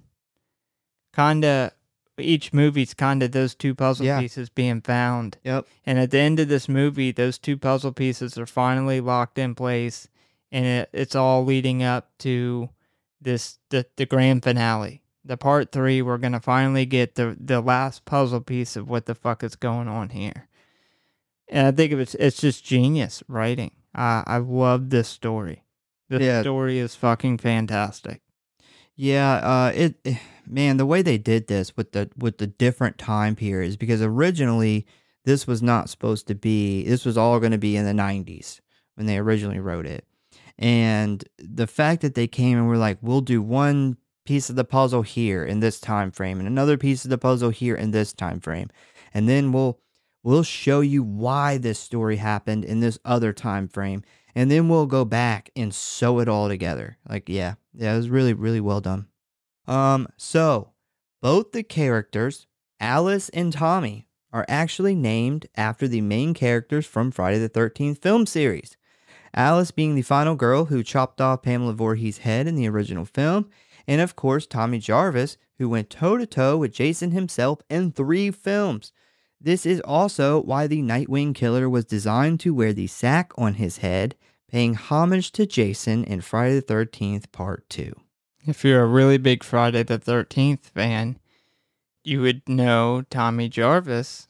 As much as the movies trick you into thinking he went toe-to-toe with Jason in 3 movies. Oh, yeah, that's true, yeah. He only actually went toe-to-toe with Jason in 2 movies. Yeah, he went, it was Ron or something. Yeah. Pretending but I'm to be sure Jason. that the internet has it as 3. I'm sure most I'm trying to think, because I know he has dreams about the real Jason in part 5, but he never actually fights the real Jason. No, he doesn't. And I love that in that movie. Just a side note, how they have the chevrons different. That is a small detail. Early hint that this is not the actual Jason. So while Tommy is on his killing spree, he murders a group of Shadyside Color War prisoners in a cabin. One of the Shadyside campers is an Asian American girl. This is Kate from Part 1, her aunt. Because if you remember, in 1994, they are talking about Camp Nightwing, and Kate says, "My mom's sister was at Camp Nightwing, which screwed my family up for a long time." Huh. Yep, so we actually see where her aunt was murdered. That's kind of cool. Yep. I get. What did the director come out and mention that? That had to have been mentioned at some point, 'cause that'd be a really, really hard detail to ever pick up on. So a lot of these little details that we have talked about. So there was an interview with her where she says, we did a lot of where we would replicate something from one movie in another movie. And we did that because we wanted people to watch the movie and be like, hey, I remember that happened, in the last movie. And she says good examples of that is where they would play a song during a certain scene in the first one, and then they would play like the original version of that in 78 during a similar scene, or they would mention like stuff with Kate and her aunt, and then they would actually show the aunt getting killed. She said they just sprinkled these tiny details that they didn't want to come right out and tell you, but like eagle-eyed fans would catch that stuff. It's one of those awesome movies, and we've talked about it on other movies we've covered here, that you can go back and watch the series over again, and now that you know the story, you can start piecing together all these details once you have the full picture. And I love movies like that. That's very Trick or Treat, how you can go back, and once you know the full story, you can go back and watch the movie, and you start picking up on these small things. I'll probably end up mentioning it some in the next episode, but another thing that she talked about was, how they used a lot of the actors from these 2 movies in the next one. They play different characters, but same actors.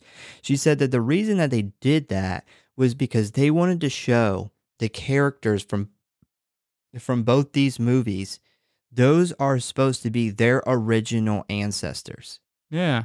So they literally, so those people have been in the Shadyside, Sunnyvale area since 1666. That's how they're able to get away with using the same characters too. Nobody questions it when it's somebody's like great-grandparent or great-great-grandparent for that matter. It makes more sense for them to look like a character from another movie. So I think with the small detail stuff like that too, I think that was one of the huge benefits of them shooting all these movies together back to back, is they were able to keep the continuity of everything and add these things in there, doing it that way. So the real location for Camp Nightwing is called Camp Rutledge. And when the location scouts were looking for a location, they came across this place, which had actually been a summer camp and had not been updated since 1960s. So it was like perfect location.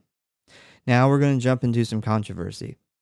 Netflix came out they put out a tweet claiming that the film was shot at Camp Daniel Morgan, which is located in Hard Labor Creek State Park in Georgia and is the filming location for Friday the 13th Part 6 Jason Lives. Yeah. Now, a lot of people still claim that this movie was filmed at the same place Part 6 was filmed at.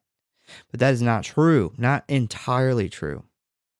Now, the two camps are about 20 minutes apart. They're pretty close together. And about 90 to 95% of the movie was filmed at Camp Rutledge. But there are some scenes that were filmed at Daniel Morgan. So they did do some filming as the same place as Jason Lives. So that is very slightly true. The scenes they ended up using very small cut scenes. Like one of them's like the kid jumping off the dock into the pond or whatever. But 95% of what you see in the movie is the Camp Rutledge. Is a different camp.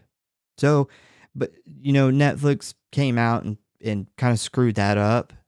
I don't think they've ever corrected it, but it was discovered because people that do like YouTube channels where they visit film locations discovered that it was not the same place. It was actually the Camp Rutledge, which was like 20 minutes away.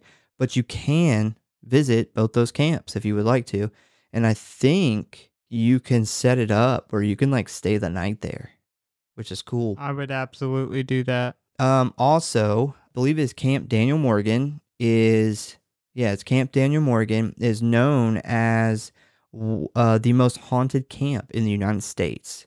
And it was on an episode of Ghost Hunters. If you are into that show, there's an episode where they actually do investigation there. Well, I am not into that show, but I'm very much into ghosts and filming locations of Friday the 13th. So we are going to have to do a trip there.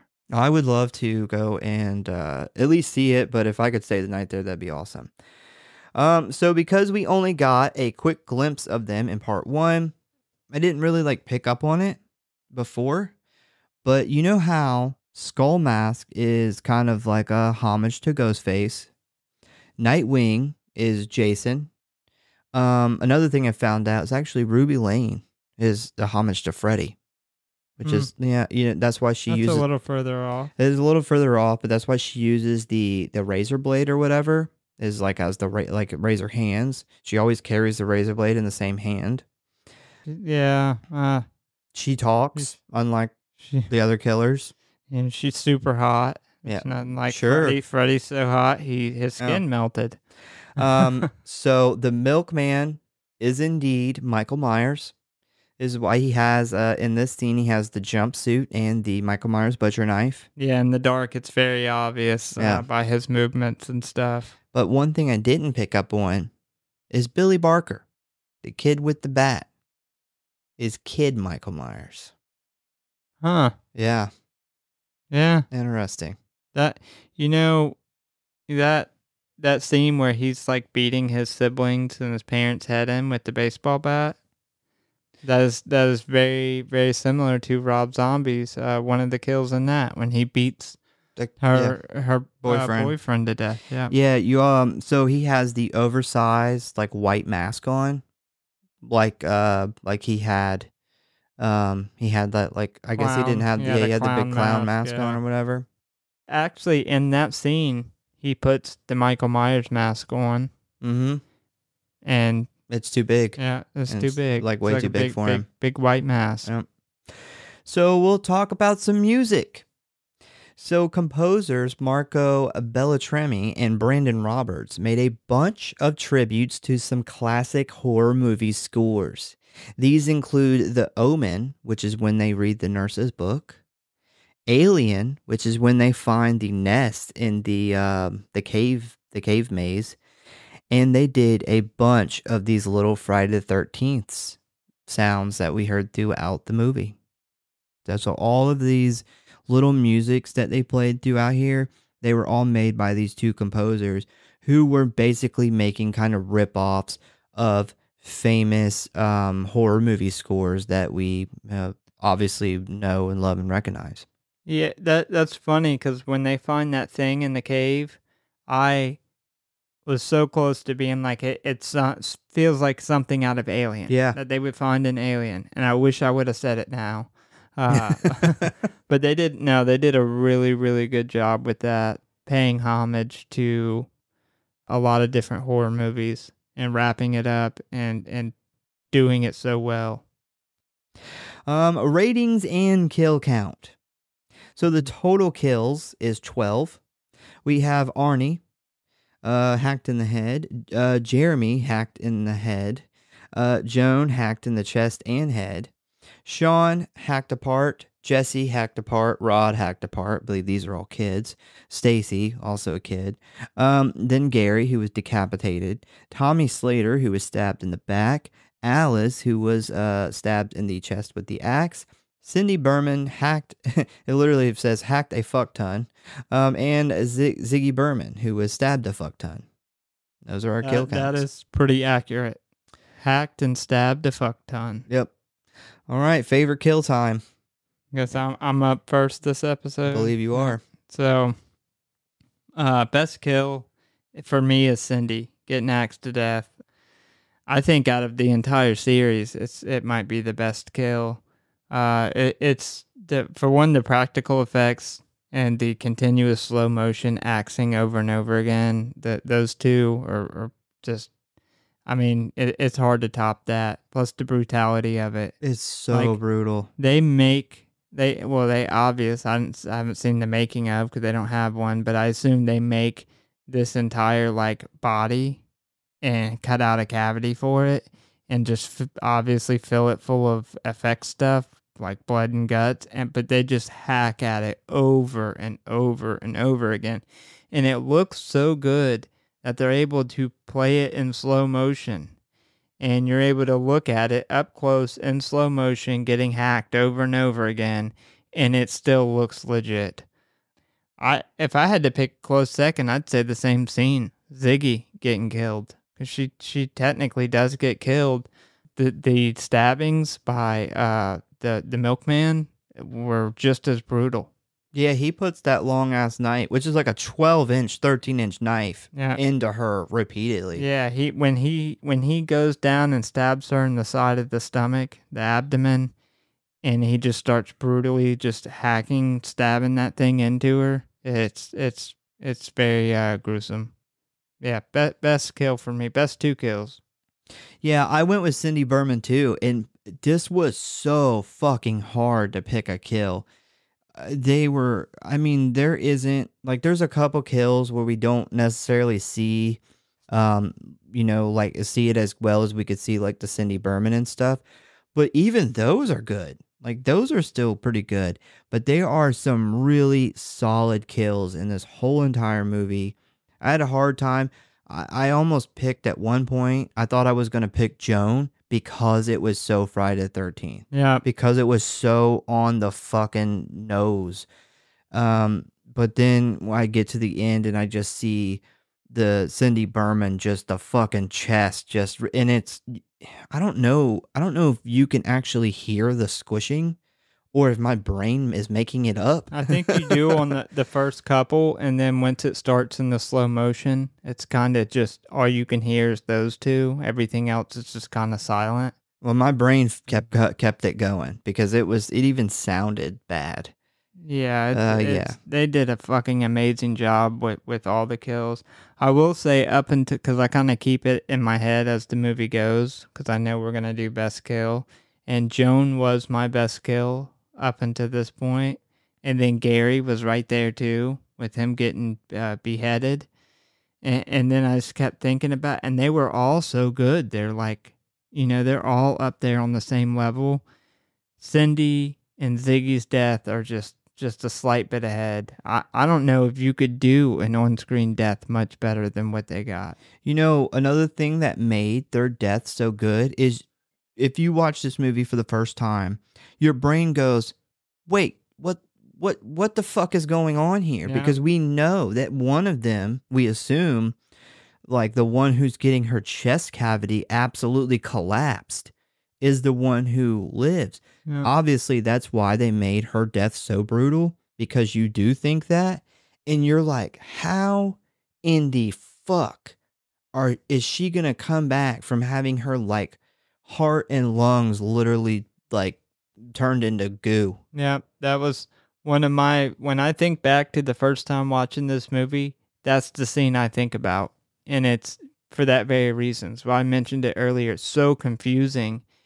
And after the first like hit, you're like, oh man, like, cause you know, okay, Cindy's gonna survive this, Siggy's gonna die. And then the second hit, and you're like, oh, how in the fuck are they going to have her survive this?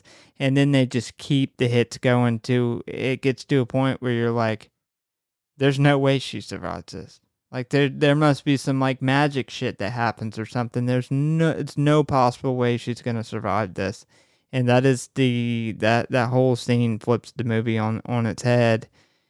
And the special effects are fucking amazing. All right, rating. Time to do rating. All right, I gave this movie a very small 4.9.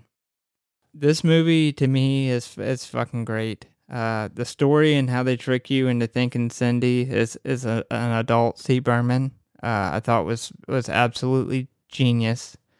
Everything character wise matches up perfectly with the first movie. Thought the practical effects were obviously, from what we just talked about, top notch. The feel of it's the biggest thing though. They nailed the 80s camp slasher feel. The kills have that next level of brutality. They brought in sex, drugs, and a menacing killer and put them in a fucking awesome setting at a camp. And they shot it perfectly. The cinematography was done in a way that very much paid homage to the original camp slashers, Friday the 13th, Sleepaway Camp. I would say this movie nailed every ingredient needed for 80s slasher movie. And it's one of those movies, it's so good you could literally watch this movie on its own without seeing the part 1 or part 3 and still really enjoy it despite missing a huge chunk of the story. I couldn't really find much that I disliked about this one to come up with in my rating. Overall, it's a completely different feel from part 1, but it fits perfect. And just a huge shout out to Lee Janik for this one. I gave this movie a fucking 5. Yeah, I mean, if I was a film reviewer, like I've officially reviewed films, I could see, me finding something to not give it a 5, but to me, it's a fucking 5. This is a love letter to slasher, old like 80s, 70s slasher films, and there's not a single beat that it misses. I love the fact that they sprinkle little things for people that are big fans of this subgenre to catch. I mean, I've seen these movies, I don't know, at this point, I've probably seen this movie itself maybe 6 times, maybe now, 5 times. And I thought, I thought I knew it all at this point. And there was things I still caught. But then there's these little things like this little specks of music. And when I talk about like those scenes where they literally do like almost like the camera with the people talking to the police and then wheeling Nurse Lane out is the exact same shot from like Sleepaway Camp. I mean, it's just stuff like that makes this movie a 5. I mean, it's like, I don't know what else they could have did. There's nothing else that I could say that they could have done better. I don't have a single negative thing to say about it, except for Dina was in the beginning. That's my only complaint, but she's got to be. That's why I gave it a 4.9, because she was in the movie. But shit, man, the movie was so fucking good with the name switch and everything and the kills that I'm willing to be okay with that. Yeah, I agree. I think it's I love everything about this movie. I couldn't come up with anything to dislike. I saved my 5 ratings. Generally, there's only a handful of movies that I'll say is a true perfect movie.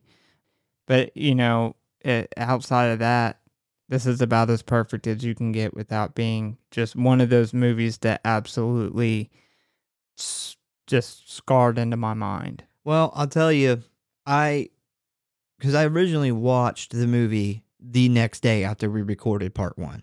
I was like ready to get into it.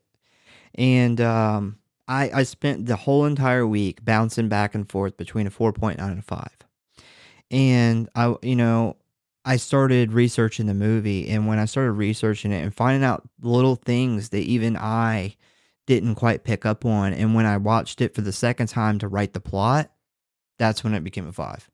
That was what put it over the edge for me. Was there was things that my brain was subconsciously picking up on that I was like, remember I said, like, I heard that music and I just like felt warm inside. Didn't know all of those things that happened. But once I kind of did a little bit of research and learned a little bit more about it, like I didn't know anything about the alien music, the Omen music, any of that. Yeah, them putting, Kate's aunt and showing her death, but knowing that that is one line in part 1 that a lot of people probably don't pay attention to. Yeah, that's what made it a 5 to me. But next, we are headed to the 1600s. We are jumping straight into a full-blown witchcraft movie. It is time to see why Sarah Fear is so damn angry at them Shady Siders. We are going to be wrapping up our 1994 storyline as well, because some of you may have forgotten that a possessed Sam is still tied up in C. Berman's bathroom. I'm fucking ready, man. I love old-timey witch shit. Yeah, I'm a big witch movie lover. There's very few. If a witch movie's done right and has the right feel, they're some of my favorite movies. So I'm super amped. That's one thing about this series we kind of talked about. Should we do them all in a row, or should we spread them out? And this was one of those things where every one of these movies is a different feel, and they're all movies that we love. Yep. So, yeah. I'm ready, man. Stoked. So once again, we thank you guys for listening. Please give us a follow or a like if you enjoy the show. Check out the website. Check out the socials. Tell a friend, a family member, or your favorite Camp Grindhouse counselor about the show. We hope to see you next time. Got any last words? Does anybody know where Jones Cabin's at? Donate to the Camp Grindhouse Legal Fund.